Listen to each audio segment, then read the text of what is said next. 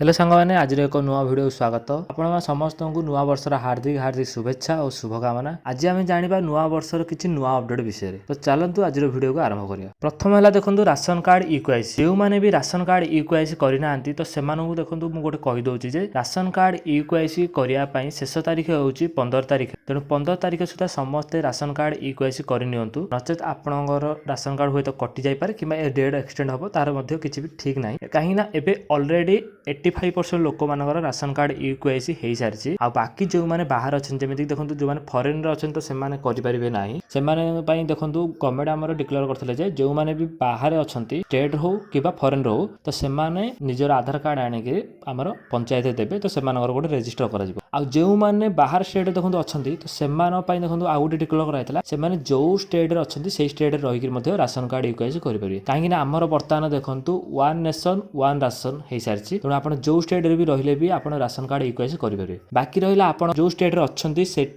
Dealer जो अच्छा तो से जब ना कर तो देखो हो पार बट से ना करेंगे आमर ये होनी बोली कितु हो पार। बेंगलोर में देखो ये किसी घटना होता किसी लोक मैंने जिते राशन कार्ड इक्वाइसी कथा कहते तो से कहला अन्य स्टेट मानकर आवेलेबल ना कि किसी दिन पर से पुणी जो पचारे से कहले हाँ हो पार। ता सहित आउ किसी डीलर ओडिशा बाहर को जाकर लोक मान राशन कार्ड इक्वाइसी कर तो जो मैंने भी बाहर अच्छा तो से डीलर को कंटाक्ट कर इक्वाइसी करेंगे। ता सहित आहरी आमर सरकार आउ गोटे निष्पत्ति नहीं जो मैंने भी बाहर अच्छा तो आम ओडिशा बाहर को जाकर राशन कार्ड इक्वाइसी करेंगे कितु ये जिनसा देखो हो पारे कि न पारे ग्यारेंटी ना। तेणु जो मैंने भी बाहर अच्छा आपण संस्पर्श जहाँ भी जो भी राशन कार्ड इक्वाइसी होउथिबो तो सेठी आपण माने जाई करनियंतु। द्वितीय जिनस हला सुभद्रा योजना गोटे नुआ अपडेट आछि जो माने मार्च 8 पर भी आवेदन करेंगे तो सेमानकु मध्य पूर्व दुईटी किस्ती मिलिबो। अर्थात तो एमिति बहुत जन लोक अच्छा जो मैंने कि एबे पर्यंत सुभद्रार योग्य हिताधिकारी होगी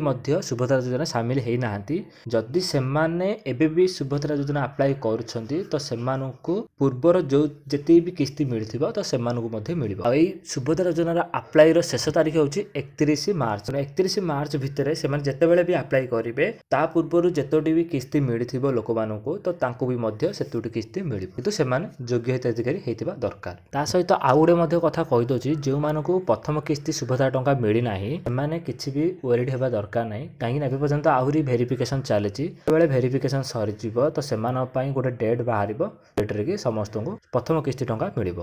नेक्स्ट अपडेट है मधुबाबू पेंशन योजना। पूर्व देखो डिक्लेयर होता मधुबाबू पेंशन योजना रे समस्त भत्ता पैसा बढ़िबो किंतु से पैसा बढ़ी नथला। बर्तमान देखो मधुबाबू पेंशन योजना पुणी थोड़ा अपडेट आसी जो मानकर बयस सीमा 80 वर्ष रु अधिक होइथिबो एवं भिन्नक्षम 80% रु अधिक होइथिबो सेही व्यक्ति मानकु मासिक 3500 टंका भत्ता मिलिबो जहाँकि पूर्व 1200 टंका मिलुथला। बर्तमान यह वृद्धि करा जाय 3500 टंका करा जायछि। एथिरु आपण माने जानि पारुथिबे जे ए भत्तार लाभ केते जण उठे पारे कहीं 80 वर्ष होगा पर्यंत केते लोक बंची थे। 80 वर्ष अधिक थिबा व्यक्ति बहुत कम लोक ओडिशा रे अछथि जो माने कि ए भत्तार लाभ उठे पारे। जदि समस्त को ए भत्तार शामिल करा जाय थांदा तेबे सब लोक माने हम सरकार को मन रखिथांदे जे हम सरकार आम पाई किछि करथिले बोली। एथिरे देखंतु केवल 80 वर्ष अधिक आउ 80 वर्ष रु अधिक भिन्नक्षम व्यक्ति मानकु ही शामिल करा जायछि। शेष अपडेट हैला जियो रो डाटा पैक। किंतु पूर्व डाटा पैक थिला 19 टंका रे यदि आपण रिचार्ज करूछंती तेबे आपणक 1 GB आसीबो आपणकर वैलिड रिचार्ज प्लान जो पर्यंत अच्छी